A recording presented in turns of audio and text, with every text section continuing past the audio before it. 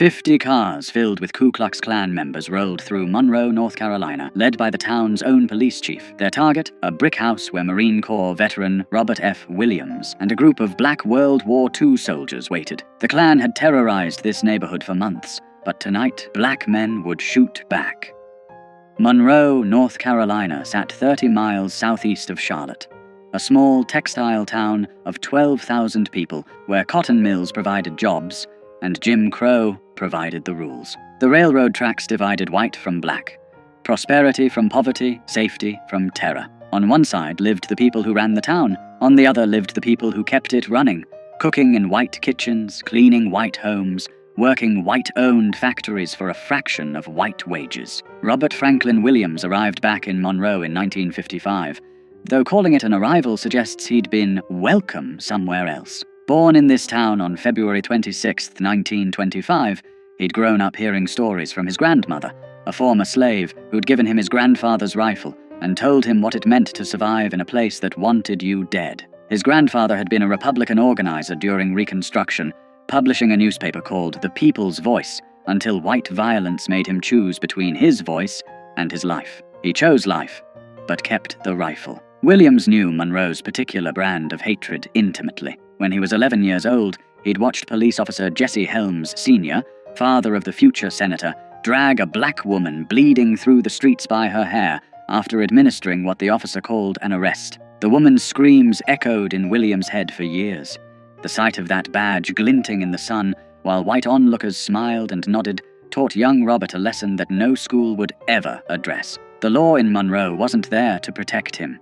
It was there to remind him of his place. He'd tried to escape that place. During World War II, Williams migrated north like hundreds of thousands of other black Southerners, finding work in Detroit's auto factories. He was there in 1943 when white mobs stormed through black neighborhoods, killing dozens. He fought back then, young and angry, learning that Northern freedom was just Southern oppression with better lighting. In 1944, he was drafted into the Army, serving until 1946. Then he joined the Marines, 1954 to 1955, where he learned discipline, marksmanship, and the bitter irony of defending a country that wouldn't defend him. When he returned to Monroe in 1955, he found the local National Association for the Advancement of Colored People chapter gasping its last breath. 6 members remained, from what had once been a thriving organization. The others had been fired from jobs, threatened, beaten, driven out. Southern states were systematically destroying the NAACP,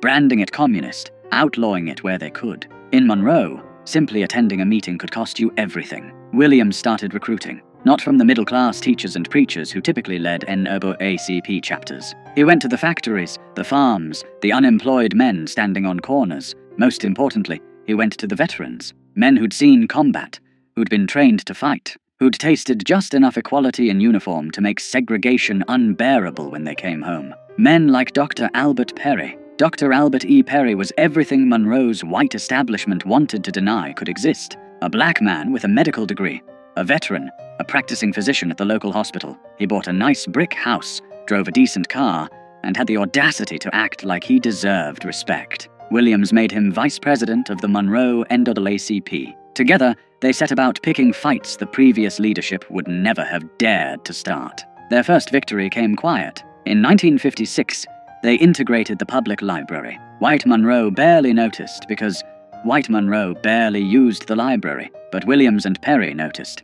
They'd proven that pressure worked, that the system could be moved, so they picked a target that mattered more, the swimming pool. In the summer of 1957, 2 black children drowned in a creek. There was nowhere else for them to swim. Monroe's public pool, built with federal tax dollars that black families paid just like white families, was reserved exclusively for white residents. Black children had to make do with unsupervised creeks, muddy rivers, and the consequences that came with them. 2 children went under and didn't come up. Their names were lost to history, but their deaths sparked something that wouldn't be forgotten. Williams went to the city council with a reasonable request. Open the pool to black children 1 day a week, just 1 day. The council's response was a masterclass in creative racism. Draining and refilling the pool after black people used it, they explained with straight faces, would simply be too expensive. Segregation, they suggested, was an economic necessity. Williams had a different analysis. Standing before the council, he delivered a line that cut through Monroe's polite racism like a blade. "Segregation," he said, "is a luxury that Monroe cannot afford." He organized picket lines. 8 people at first, standing at the pool gates, silent, peaceful, exactly the kind of protest that Martin Luther King Jr. was preaching across the South. And Monroe responded the way Monroe always responded, with violence. Shots rang out at the picket lines. No one was arrested. Law enforcement officers stood by and watched. The message was clear. You can protest all you want, but when the bullets fly, you're on your own. That's when the Ku Klux Klan got involved. The Klan in Monroe wasn't some fringe element hiding in the shadows. In a town of 12,000 people, the press estimated 7,500 Klan members and supporters, more than half the town. They held massive rallies where thousands gathered in their robes and hoods, listening to speakers promise to keep Monroe pure, to keep the races separate, to handle these uppity agitators who thought they deserved to swim in white water. Leading these rallies was James William Catfish Cole, a South Carolina Klan organizer who'd made Monroe his personal project. Cole was the Klan's regional heavyweight, a man who commanded respect in white supremacist circles, someone who got things done. He held rallies where he specifically named Williams and Perry, calling them communists, troublemakers, threats to the Southern way of life. Then his followers would pile into their cars and form motorcades. Here's where the institutional betrayal became impossible to ignore. Monroe's police chief, A.A. Morney, didn't try to stop these motorcades. He led them. Squad cars with flashing lights would escort 50, sometimes more, Klan vehicles through Monroe's streets. The procession would wind through town, then head across the railroad tracks into Newtown, the black section, and there they'd drive past specific houses, firing guns into windows, throwing bottles, shouting threats, while the police chief made sure they had safe passage. Dr. Perry's house became a favorite target.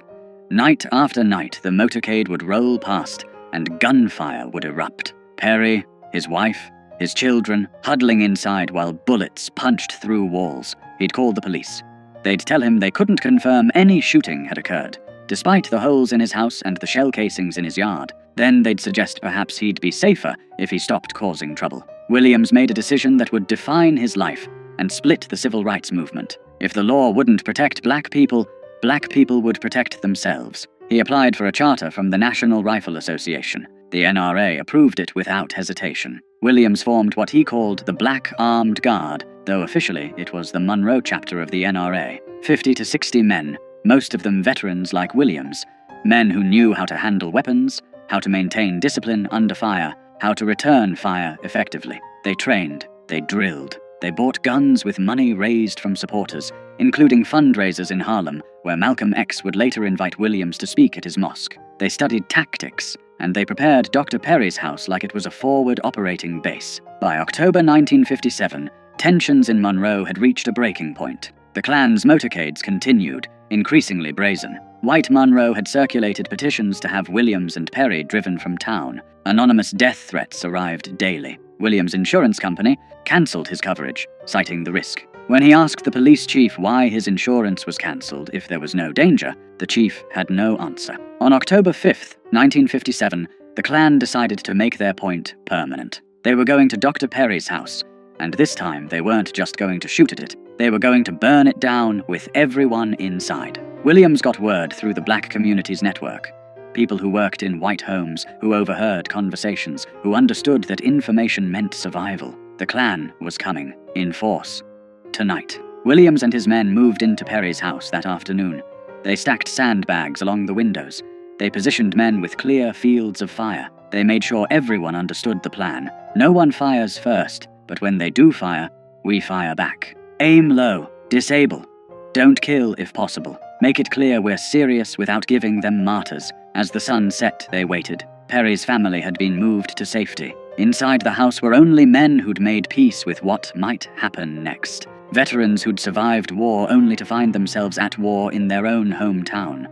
Men who'd sworn oaths to defend their country and were now defending their community from their neighbors. The sound reached them first. Engines. Lots of engines. Then the glow of headlights. Dozens of them, winding through Monroe's streets. The motorcade rolled past City Hall, past the courthouse, past the nice white neighborhoods where people watched from their porches like it was a parade. Then it crossed the tracks into Newtown, 50 cars or more, packed with Klan members in full regalia. At the front, Monroe Police Chief Morney's squad car, lights flashing. The motorcade snaked through Newtown streets, and residents who'd seen this before pulled their children inside, turned off their lights, prayed this night wouldn't be the night someone they loved got killed. The procession turned onto Perry Street. The cars slowed, then stopped, engines idling. Men began to emerge, white robes gleaming in the headlights. Some carried torches, some carried guns. All of them carried the certainty that this was their town, their right,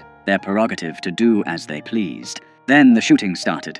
Later, both sides would claim the other fired first. What's certain is that gunfire erupted from the Klan's motorcade, slamming into Perry's house.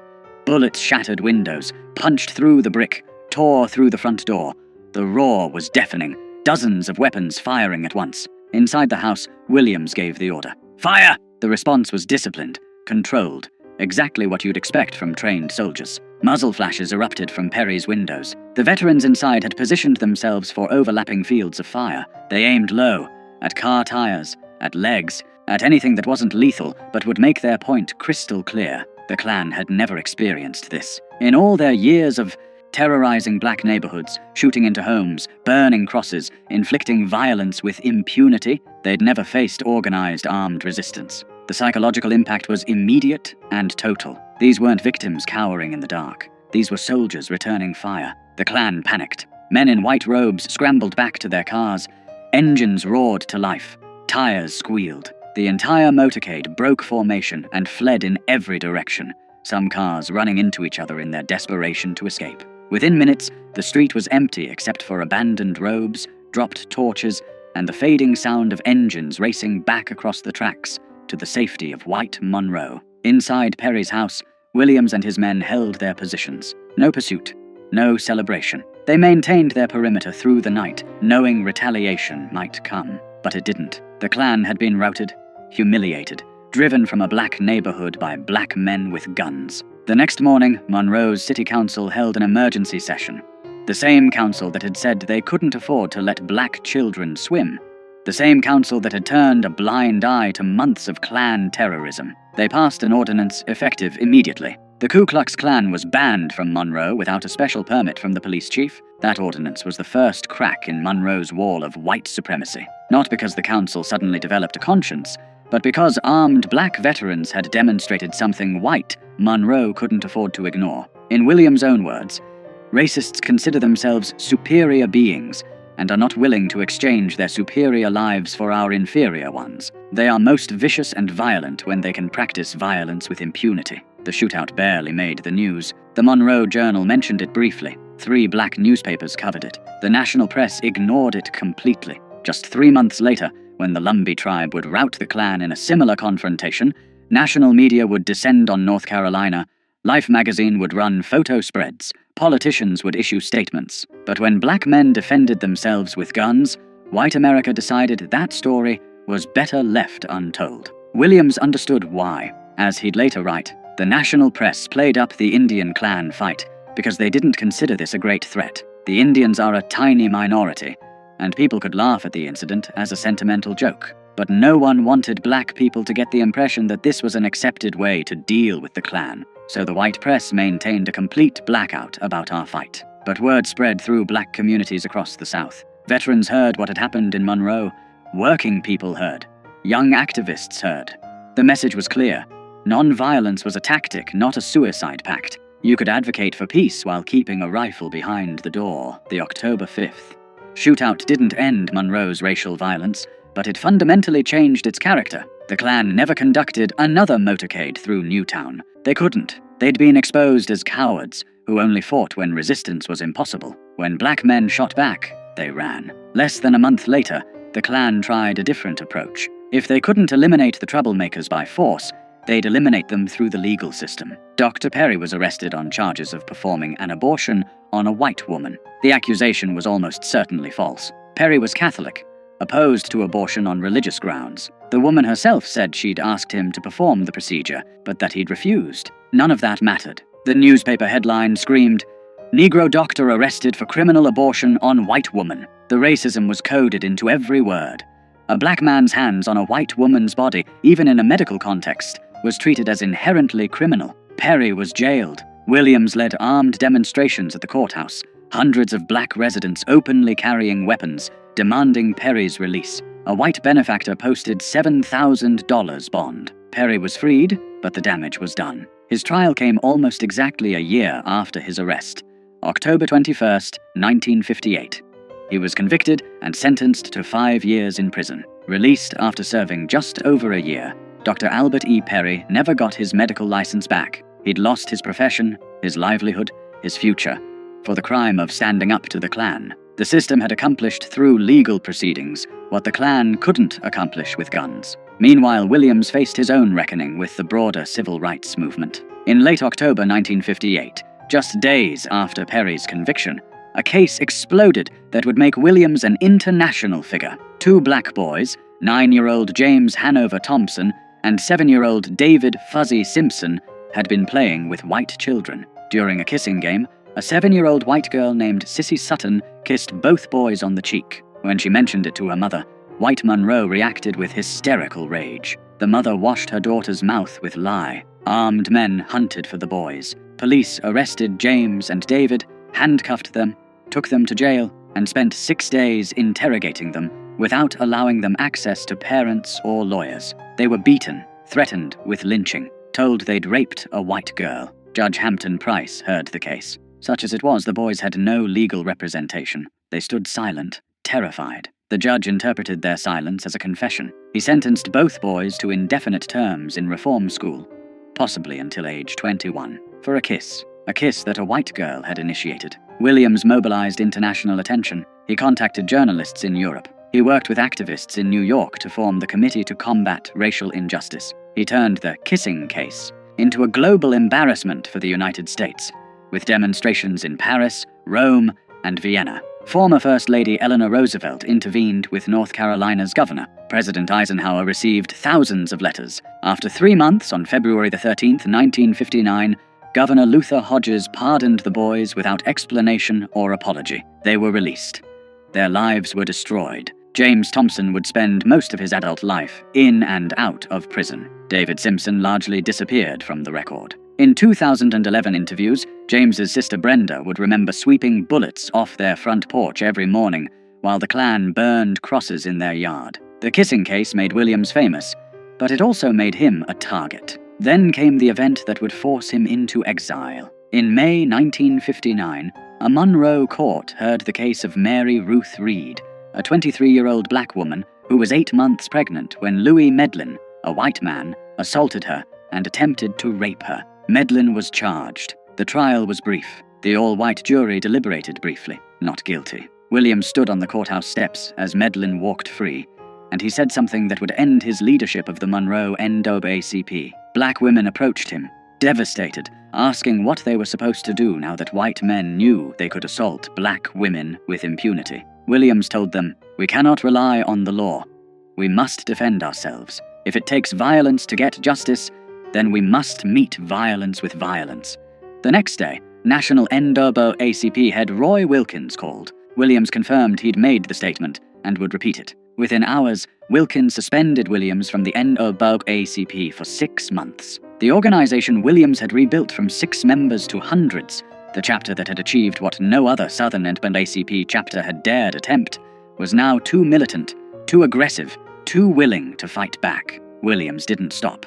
He founded a newsletter, The Crusader, continuing his grandfather's tradition of publishing. He continued organizing. In 1961, when Freedom Riders came to Monroe, Williams' armed guards protected them. When white mobs attacked non-violent demonstrators, Williams' men formed defensive perimeters. Martin Luther King Jr. refused to visit Monroe, specifically because Williams' armed guards were there. The philosophical divide between non-violence and self-defense had become irreconcilable. On August 27, 1961, violence erupted in Monroe again. Freedom Riders had been demonstrating. White mobs attacked. In the chaos, a white couple from a nearby town, Bruce and Mabel Stegel, drove into Newtown by accident. Residents surrounded their car, thinking it was part of the mob. Williams personally intervened, brought the couple into his own home for protection, kept them safe for 2 hours until tensions cooled and they could leave unharmed. The Stegels left safely. Then Monroe Police Chief Morney, the same man who'd led KKK motorcades,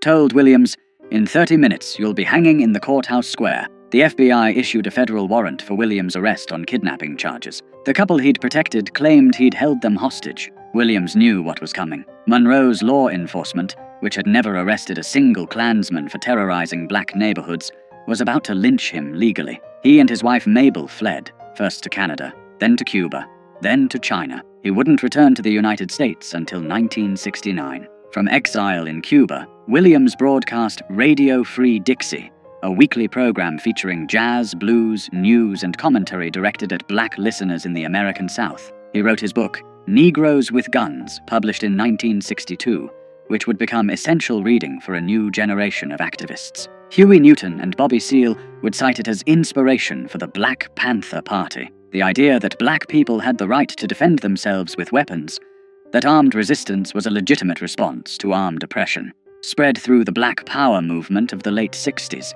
the kidnapping charges were finally dropped in 1975. Williams returned to Michigan, where he lived quietly until October 15, 1996, when he died of Hodgkin's lymphoma at age 71. Rosa Parks delivered his eulogy in Monroe, the town that had driven him into exile for daring to suggest black people deserved to swim in public pools. The night of October 5, 1957, changed nothing and everything. Monroe remained segregated.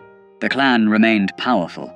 Racism remained the law, but something had shifted. Black men with military training had demonstrated that white supremacist violence wasn't cost-free. They'd shown that victims could become defenders, that terror could be met with resistance, that the oppressed didn't have to die quietly. History tried to forget that night. The civil rights narrative we teach emphasizes nonviolence, peaceful protest, moral suasion. We celebrate the bus boycotts and sit-ins, the marches and speeches. We're less comfortable acknowledging that sometimes black people survived because they had guns and knew how to use them, that veterans who'd fought fascism overseas came home and fought it at home, that the Klan stopped terrorizing certain neighborhoods because they knew armed men waited in the darkness. Robert F. Williams never apologized for October 5th. In his book, he wrote, "It has always been an accepted right of Americans, as the history of our western states proves, that where the law is unable to enforce order, the citizens can and must act in self-defense.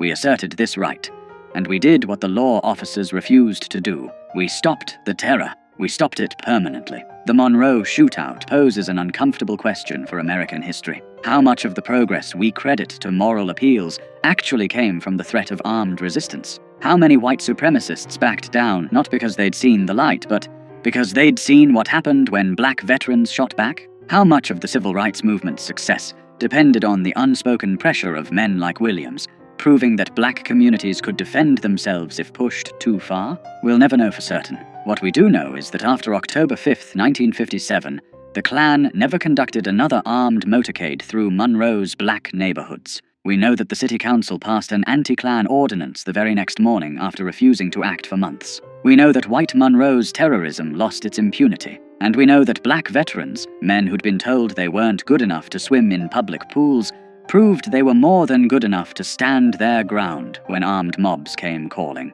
The story of that night, and the man who organized the resistance, deserves more than a footnote.